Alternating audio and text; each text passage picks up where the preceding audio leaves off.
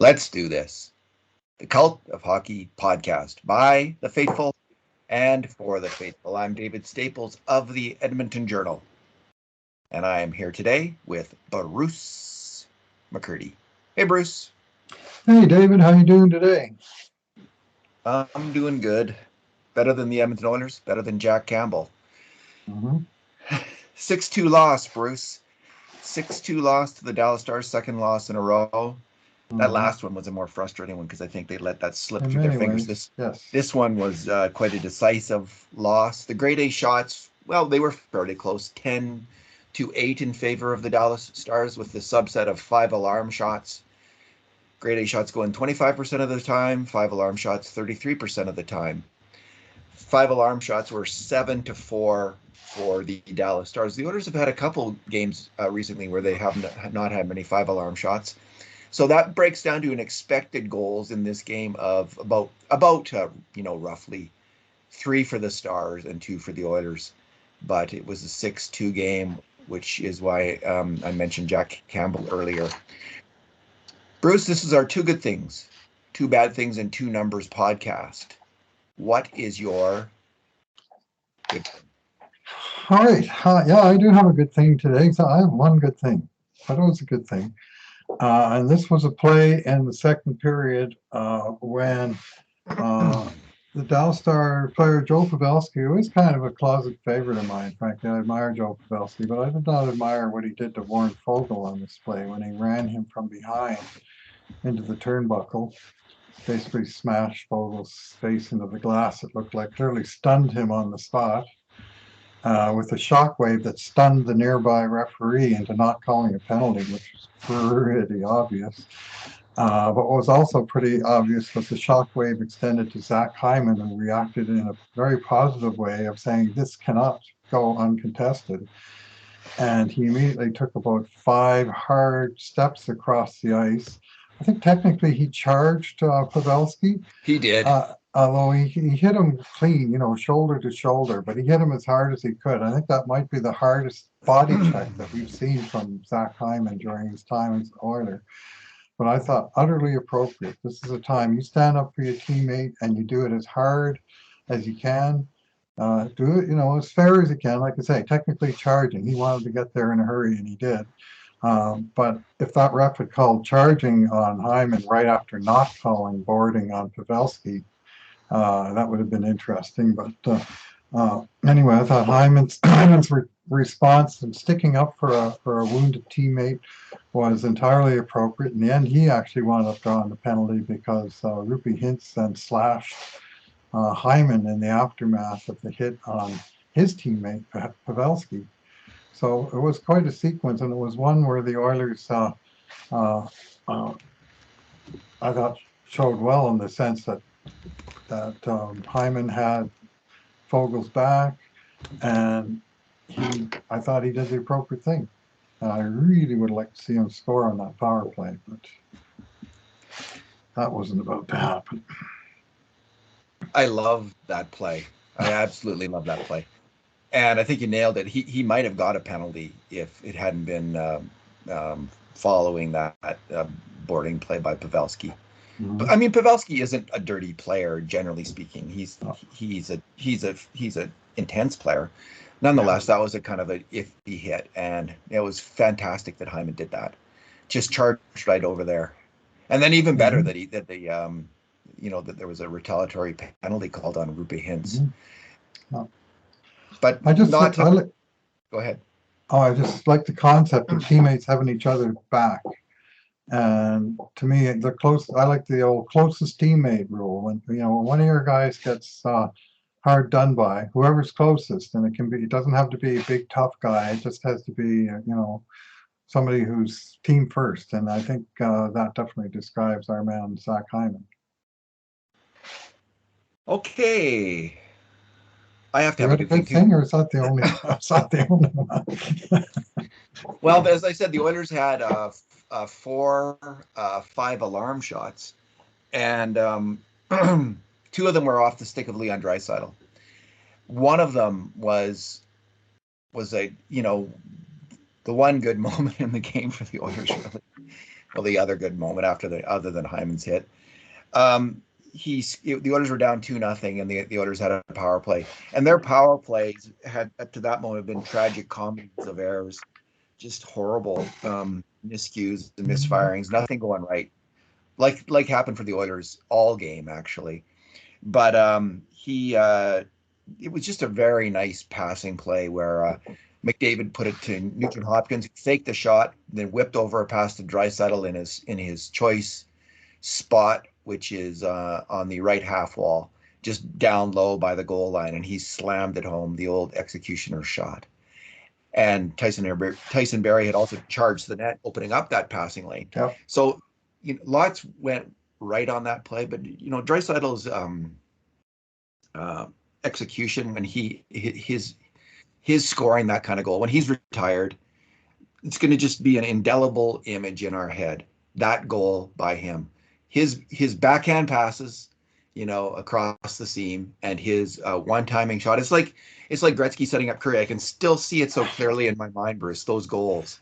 Yeah. And that's what we're going to remember is McDavid, generally speaking, sometimes huge, making a pass over to Draisaitl, him slamming it home. It's the thing we'll remember more than anything else, I think, of Draisaitl from this era, and hopefully he'll do it in a Stanley Cup final. But those were two fantastic. And his second 5-alarm shot was his turnaround wrist shot, which he's executed probably 3 or 4 times. And as you pointed out, John Tavares scored a goal with the turnaround wrist shot. Yeah, I noticed it's that, usually done on the power play. You don't usually see it at even strength because it's not easy. You need a little time and space to do it, and you're in the high slot, and you get kind of the high post. You get the pass on your backhand. You're not facing the net, but you quickly turn, face the net, and fire away. So you see that kind of shot all the time from NBA players in the high post, or yes, they'll get the pass in, or the low post, and they'll just turn around and shoot. It's very difficult to execute that shot in an NHL game, which is why you so rarely see it, and it takes a high degree of skill to do it. But Draisaitl's done it, like I say, I think 3 or 4 or 5 times in his career, and he got off a really good one there, and almost scored, but not to be. Oh, those were my good things. Leon always. Even if there's a couple defensive mistakes in a game from him, he's almost always on the ball on the attack, and he was this game as well with those 2 great shots, but clearly wasn't enough from the Edmonton Oilers. Go ahead, Bruce? No, was not enough. Yeah. What's your bad thing? I'm going to single. There was a lot of bad things in this game, but I'm going to single one out that really frustrated me, and it was very costly right away. And this was early in the third period, immediately after Darnell Nurse scored to cut the deficit to 4-2, and there was actually a glimmer of hope that there were 16 minutes on the clock, and maybe they could claw back into the game. And right off the center ice face-off, Evander Kane, Dallas guy, just shot the puck into the Edmonton zone. And Evander Kane went over and cross-checked the guy right in front of the referee. Penalty. And at minimum, it just drains the momentum of the goal out of the game. At minimum, and 2 minutes off the clock, and at maximum, it costs them the goal because the other team scores on the power play, which they did within seconds. In fact, the 2 goals were only 20 seconds apart with the penalty sandwiched in between them. And at that moment, basically, in my mind, Evander Kane basically took his team out of the game. They were probably out of it anyway, but I'm sorry, that was a dumb penalty. And I'm not saying dumb player, I am saying dumb penalty. You can't be doing that stuff. And if Kane doesn't know by this point that NHL referees are going to call him when he does stuff like that, he isn't paying attention because they've been doing it a lot. And he's got a reputation, and some of it's deserved because, he's a hard player, and he'll use his stick, and he'll use his body, and he'll play on the edge of the rules, and sometimes he'll go over that edge, and I think he did there, and I think he really hurt his team there. He's lucky I wasn't his coach. He would have been sitting on the bench for a while after what I would call a selfish penalty, and a costly, seriously costly penalty. You just got to be smarter than that. At that level of experience, right? team comes first, winning the game comes first. All of this stuff, I mean, maybe there's time for that in garbage time, but this wasn't garbage time. It immediately became garbage time after Dallas scored. But I kind of got that in the wrong word, and that was the one time in the game that I was actually kind of mad at a player. So I just thought that it was totally needless and hurt his team's cause for no reason. Yeah, fair enough. Like I usually don't like to like penalties of aggressive penalties. I usually don't like to criticize the Oilers for like when they're being aggressive and might go over the line, but timing is important in that kind of play. And there was no need for it. Like Yeah. because there was no need. Like he wasn't gonna make a play there even. Like The what guy was just the dumped play? it in. The puck was already gone. Yeah. So not a good play, obviously, and Kane, not a good game for Evander Kane. I gave a number, like I've already graded the game. I gave a number of players threes in Mm-hmm. this game. I'll just go down the list. I gave Nuge a 3, Mm-hmm. Kane a 3, Yamamoto a 3, Fogle a 3. This is in 3. That's 3 out of 10. That means a poor game. Kulak a 3, and Jack Campbell a 2. So lots of players with really weak grades in that game, and Kane was certainly one of them, and that factored into it. That was not a good play at all for him. My bad thing, Bruce, was the first goal against, which I just think was a we we've already gone over that goal against, and we agreed. I think every single positional player on the Oilers made a mistake on that sequence of pain, and it was just they were just mental errors. Like these, it wasn't like a particularly dangerous situation. It starts out with Dallas with the puck in the corner and a typical kind of board battle in the corner. Everything's under control, but just one guy after another um, making mistakes. And in some ways, it's the first mistakes which are the worst because they set off the chain of events, right? Right. So Cody Cece's right at the end, and he can't cut off the pass, through the, and so He can't put out the fire he that's can't already put out been the fire. started. Yeah. We count that as a mistake, but really, McDavid allows the guy to come out of the corner and make a pass kind of into a danger area, so the center doesn't cut out the pass. And then Zach Hyman, he doesn't read that, and he allows the initial shot by Jason Robertson because he's not really on the ball, shoulder checking, head on a swivel, and he allows his somewhat dangerous shot. And Robertson, I think it was Robertson who got off that shot. Maybe not. Anyway, one of the Dallas because misses the net and then goes to the side, and then it's Robertson who gets off the next shot, which is quite a dangerous. That becomes a dangerous shot because he gets that on net, and it's a quick shot, very quick shot. And on that one, both Nurse and especially Nuge are kind of asleep at the wheel. Like Nuge just doesn't battle hard enough for that puck, and Yeah.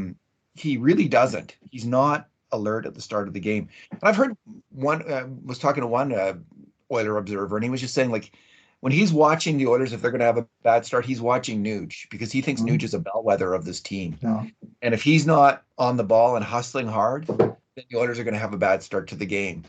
Well, they've had a lot of bad starts to the game, and this was one of them. And Nuge was certainly asleep at the wheel there. Nurse doesn't make the play, and then Cece can't make the play either. So all 5 Oilers, but I think it's actually the 3 forwards. And Nurse got on the wrong side of that puck battle at the Yeah, bottom of the circle too. It was Nurse and Nuge together, and somehow the puck and at least one Dallas guy got inside of him, and yeah.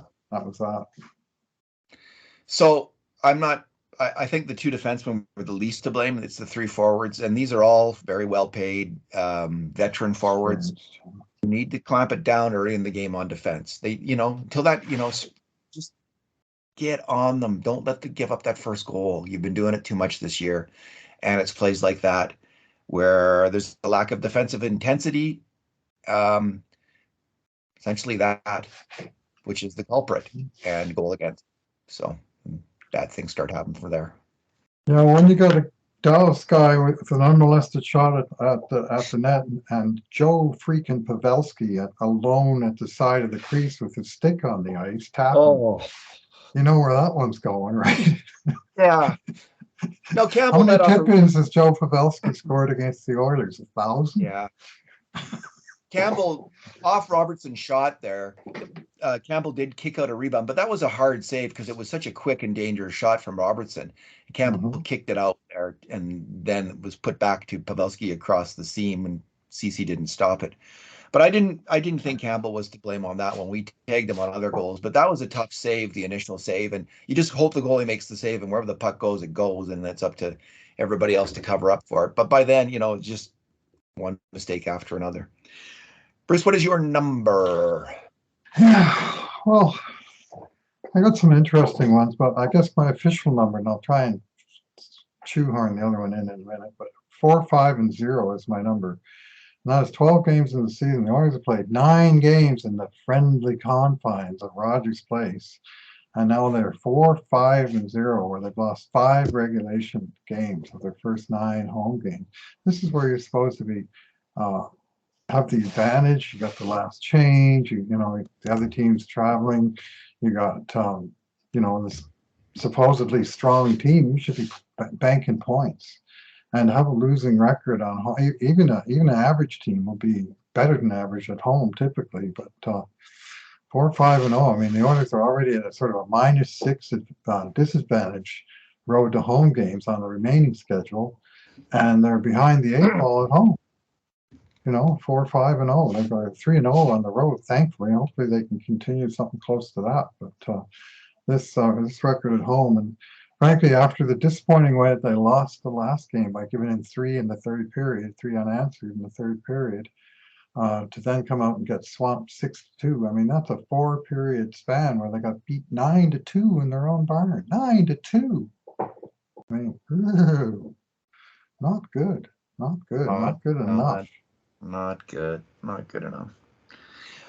All right, Bruce. My number is 874. 0.874. Okay. That's Jack Campbell's save percentage, 0.874. And goalies started. I'm saying it's starting of goalies who have played 5 or more games in the NHL. So kind of the starting goalies. There's 39 goalies who have played or have appeared in 5 or more games. And Stuart Skinner has the second highest save percentage at 9.944 after Jake Ottinger. He's played in 5 games. And of those 39 goalies, Campbell is second from the bottom. He's at 874. Elvis Merzlikins is at the bottom with 863. So this is a real slump for Jack Campbell. His quote, he's talked to the media, and this is Daniel Nugent-Bowman on Twitter reports this. Jack Campbell saying, quote, "It was kind of like it's gone all year for me personally. I just haven't brought my best. Frankly, I've just been pathetic the way I've been playing. I owe it to this team to bring my A game, and they haven't seen it yet," unquote. So that's a very fair assessment from Jack Campbell. This was probably his worst game of the year, I'm going to suggest. We had him making mistakes on 3 of the first 4 goals. The far out one, it was, I think, Colin Miller, who drilled that in. Louis was, making it sound like Bobby Hull fired that puck. And it was a hard shot, but it was clear Louis DeBrusque was initially kind of covering, I thought, for Jack a little bit, but then backed away from that when he saw it wasn't screened. And it wasn't screened. He should have had that. And hit him in the glove. Hit him did it go through it, or did it bounce off and over it? I don't know. The webbing in the glove, looked like it had almost a puck-sized hole in the webbing. Maybe they should try tying that up a bit tighter. But I don't know if that's what happened. It looked like it might have. Saw it happen in baseball. Vladdy Guerrero, he did it, I think, twice this year, where a throw went right through his glove because the webbing wasn't properly. Anyway, that might as well have. I mean, there was a puck-sized hole in my head after that one. That hurt my brain to see that. And I think Koskinen would have had it. Let's put it that way. He missed Robertson's shot shortly thereafter, or 8 minutes thereafter, the 3-1 goal. One that hit the post, and then Robert. It was a B shot, though, eh? It was a B shot. Goalie should have that, though. It only goes in on average about 12% of the time, a shot from that area. It was a good shot, but he's got to have that one, and he lets out a bad a bad rebound on the next one. It's on the power play, right into the slot. So he had a really rough game. And as we say, according to our calculations of these shots, he should have let in about 3 goals this game, and he let in 6. So not his best night, and he's just off to a really rough start. Now again, he's had 5 good pro seasons in a row up until now, and he had a really great run of games in Toronto last year, and he had a really bad one when he was injured. He's not injured now, but I think it was probably, and I mentioned this last game when he had another bad game or weak game at least. He is on a new team. He's settling into a new community. He's settling in with new defensemen. He may be feeling some pressure from a new 5-year contract at $5 million a year. Like there's a lot of things, a lot of change in his life, a lot of things different. I'm not gonna say anything more than he's on a bad streak. Anything about the signing at this point, he could easily turn it around and start to play well, like he did in Toronto for a long lot of games. He made a few nice saves where he sealed the ice from shots in close. Yeah. But now his last 3 games, 861, 826, 833. That's 3 games in a row, 15 goals on 95 shots. And the Oilers were lucky to win one of those games in Chicago, 6-5. Actually, 2 of those games, because they also beat Nashville 7-4. So, he had lots of goals for it. Well, today, the Oilers couldn't quite score the 7 goals I would have needed to win this game. But you'd like to think. He's had 8 starts, and he's allowed 3+ goals in 7 of them, and 4+ in 5 of them. And I won't call it pathetic, and I'm actually a little disturbed to hear. I was hoping that he was past that. He did that in Toronto a few times, where, he'd play actually half decent, but he'd have 1 goal that, as the announcers would say, he'd like to have that one back, or as I would say, he should have stopped that one. But yeah, plain English is sort of out of style these days. But anyway, and after the game, he would absolutely berate himself, and his teammates would have to step in. Like I thought, this is borderline. Yeah, fair point, Bruce. And I don't like hearing him use words like pathetic. I don't mind him taking responsibility, and it's a fine line. But something's got to turn around on the confidence building front. When you hear people describing themselves as pathetic, they got a long ways to go. Well, on that front. That's a very good point. I hear that there's one NFL football team. They were all given copies of this book by Ryan Holiday, and he's like a modern Stoic, and he's written a number of books on Stoicism. Anyway, I can't remember which team it was. It might have been Seattle or another team. They were given this book as a gift, and they all read it. They all read it, apparently. The whole team read it. Some of them probably read it, and then they went to the Super Bowl. So maybe Jack Campbell should read a game, some Ryan Holiday, and increase his stoicism in the face of this kind of thing. Because, I like Grant Fuhr's attitude, and I don't know what was going on inside of Grant. It might have been eating him up, but it was like, oh yeah, it was my fault. But that would be it, right? I lost that one. But it was always kind of said in this kind of happy-go-lucky attitude. Now, I don't know if there was inner turmoil with Fuhr, but that's how he was always on the outside. It was always just, yeah, it was my fault. I let the boys down. But it was quickly allowed everyone, including himself, I think, to move on. And no teammate blaming, and I respect that. And I haven't seen Campbell do that even remotely, even once. Yeah. And so I do respect that. But self-assessment's good. Criticism is good. Self-flagellation, not good. It's hard, like when you're the goalie and the defenseman. I feel for the goalies and the defensemen because they often bear the brunt of that. Like when they make a mistake, it's in the back of the net. It's really hard to deal with. And but he is an NHL goalie. He's a professional. He's going to let in a lot of goals. He's going to make a lot of mistakes, and just going to steal a few too. Yeah, so I think they probably have sports psychologists on the team, so maybe they'll work with him on that. So, Bruce, any other? But this number is too good. These numbers are too severe to not mention. Oilers had 6 power plays to 3 for Dallas today. The Oilers were on the power play for 11 minutes and 27 seconds, during which they got 6 shots and allowed 3, including 2 sort of dangerous ones on their first power play when they were totally asleep. and 1 goal. So 6 shots in 11 minutes and 27 seconds. Dallas had 3 power plays, 2 minutes and 34 seconds, 8 shots and 2 goals. So they actually had more shots in 2 minutes than the Oilers' potent, lethal power play had in 11. So however potent and lethal the Oilers' power play is, their penalty kill is the antidote for that and then some. I mean, that penalty kill is scaring the crap out of me. It is so vulnerable and just riddled with holes. It seems like they're just giving up easy looks from in tight or even inside the blue paint. A couple of them today. And it's a major concern at this point. 8 shots in 2 minutes. Yeah, not good. So I was talking about the Oilers only having 4 grade A shots this game. Mm-hmm. That happened against they actually beat the Flames when they only had 4 grade A shots. And against St. Louis in a loss, they only had 3. Right. But against New Jersey last game, they had 11 5 alarm shots. Mm-hmm. Did I say grade A before I was meaning 5 alarm shots? Right. Yeah.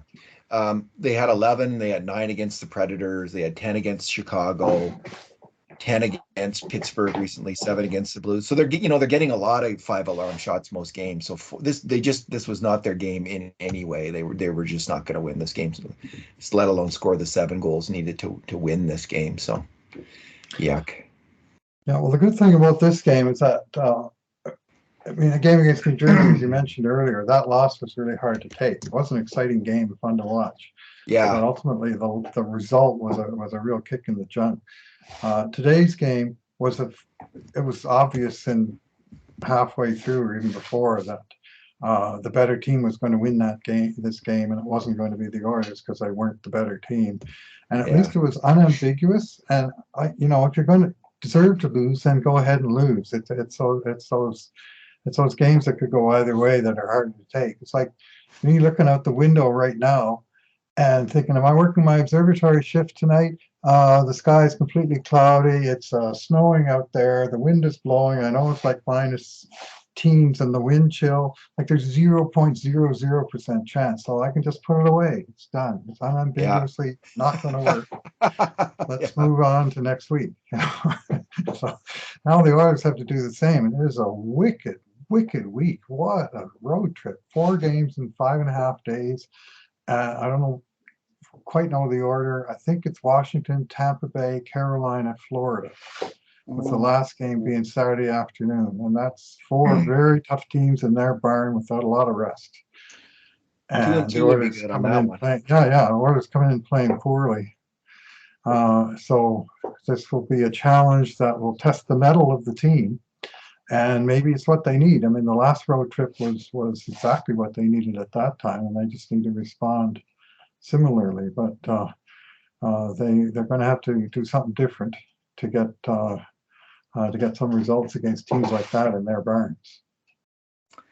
Indeed. We'll leave it there, Bruce. Thanks for talking. Thanks for listening, everyone. And in the meantime, and in between times, this has been another edition of the Cult of Hockey podcast.